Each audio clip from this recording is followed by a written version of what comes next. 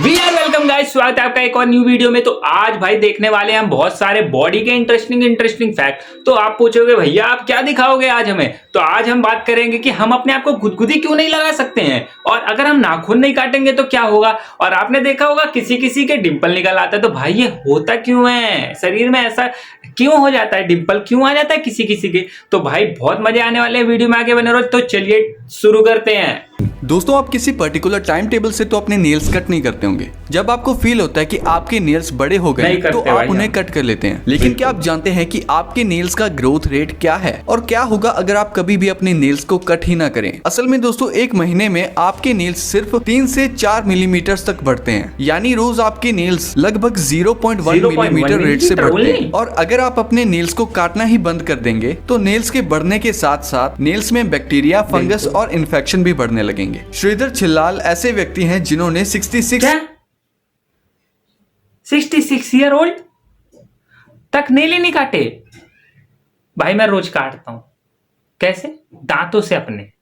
पागल हूं मैं भाई, पूरी उंगली खराब कर ली है मैंने दांतों से काट काट के। और अगर आपको भी प्रॉब्लम है अपने नेल अपने हाथ से काटने की या दांत से काटने की, कमेंट में बताओ भाई कि मैं भी हूं आपके जैसा जो दांतों से अपने नेल खाता हूं रोज। बताओ कमेंट में। परेशान हो गया हूं भाई मैं। आओ देखें वीडियो में।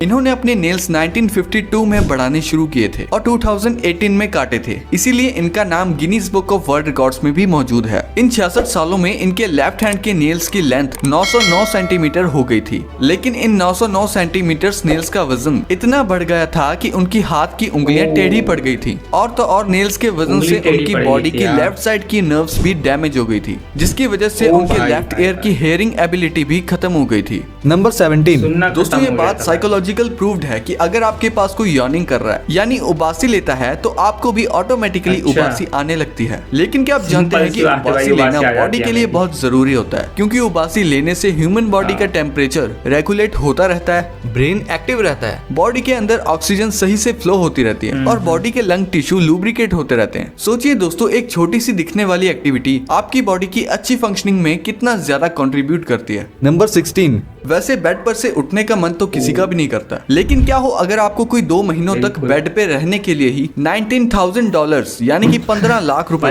जी हाँ, नासा ने ये चैलेंज लोगों को दिया है, क्योंकि 2 महीनों तक सिर्फ बेड पे रहना बहुत ज्यादा मुश्किल है। बल्कि ऐसा करने से ह्यूमन हाइबरनेशन भी हो सकता है, जैसे हार्ट रेट का 150 बीट्स तक बढ़ जाना, शोल्डर और हिप्स का ब्लड फ्लो रुक जाना, फैट का बढ़ जाना, मेंटली इनएक्टिव हो जाना और भी बहुत सारी प्रॉब्लम्स का होना। और आखिर में ये आपकी जान तक कोई बंदा अगर 2 महीने तक कोई बंदा सिर्फ बेड पे लेटा हुआ है तो बहुत सी बीमारियां आएंगी, बहुत सी बीमारियां आएंगी।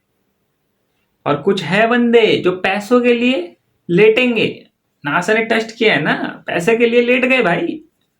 उनको तो एक्सपेरिमेंट करना था, देखना था क्या होता है।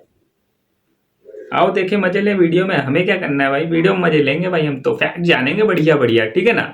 आओ देख ले सकता है। तो इससे अच्छा है कि आप मेहनत करके ही पैसे कमाएं, ना कि 2 महीने तक बेड पर रहकर। नंबर 15। दोस्तों, स्किन हमारी पूरी बॉडी को कवर करती है, इसीलिए ये बॉडी का सबसे बड़ा ऑर्गन होती है। लेकिन क्या आपको पता है कि ह्यूमन स्किन की 1 इंच किस चीज से बनी हुई होती है? ह्यूमन स्किन की 1 inch 19 million skin cells, 650 sweat glands, 20 blood vessels और 1000 नर्व एंडिंग से बनी हुई होती है। सबसे हैरान करने वाली बात तो ये है कि स्नेक्स की तरह ह्यूमन स्किन भी हर 28 डेज के बाद रिप्लेस होती रहती है। आसान लफ्जों में कहें तो हर 28 डेज के बाद स्किन सेल्स जनरेट होते हैं और डेड स्किन सेल्स हवा में रिलीज हो जाते हैं। नंबर 14। जब आपको हिचकियां आती हैं तो आपसे कहा जाता है कि जरूर आपको कोई याद कर रहा है। लेकिन क्या आपको पता है कि हिचकियां आने का बायोलॉजिकल रीजन क्या होता है? असल में दोस्तों, ह्यूमन बॉडी में लंग्स के नीचे डायफ्राम मसल्स होती हैं जो चेस्ट कैविटी से एब्डोमेन को अलग रखती हैं। और डायफ्राम इनवॉलंटरी कंट्रैक्ट हो जाता है तो हमारी वोकल कॉर्ड्स बंद हो जाती हैं और जिसकी वजह से ये हिक की आवाज आती है, इसीलिए इन्हें हिकअप्स कहा जाता है। हिचकियां मिनिमम 2 से 3 मिनट्स और मैक्सिमम 48 घंटों तक।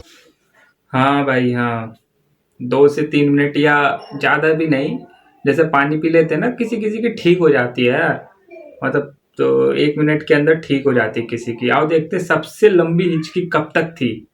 आगे बताएगा, आप देखते एक्टिव हैं। रह सकती हैं। लेकिन चार्ल्स ओसबोर्न ऐसे व्यक्ति हैं जिन्हें हिकअप्स का सबसे लंबा अटैक हुआ था। चार्ल्स को 1922 से हिचकियां आनी स्टार्ट हुई और 1990 तक यानी 68 इयर्स तक नॉन स्टॉप हिचकियां आती रहीं। 68 एक years एस्टिमेट तक के भाई अकॉर्डिंग non-stop चार्ल्स को हिचकी आई उनकी है लाइफ बंदे में 430 मिलियन बार हिचकियां आई थी और फाइनली उनकी डेथ के एक साल पहले 97 की एज में उनकी बंद हो हिचकियां गई बंद हो होगी। गई। इसीलिए चार्ल्स का नाम हाँ, गिनीज देखा। बुक ऑफ वर्ल्ड रिकॉर्ड्स में सबसे ज्यादा लंबे वक्त तक हिचकियां तरफ- लेने के तरफ नाम से तेजी मौजूद रहा है। नंबर 13 किसी 13, रुक जाओ भाई, रुक जाओ। सो अगर आपको वीडियो में मजा आ रहा है तो वीडियो को लाइक कर दो और ऐसी वीडियो के लिए चैनल को सब्सक्राइब कर दो मेरे भाई, चैनल को सब्सक्राइब कर दो और कमेंट में जरूर बता के जाना जो मैंने पूछा था, ठीक है, किस किस को।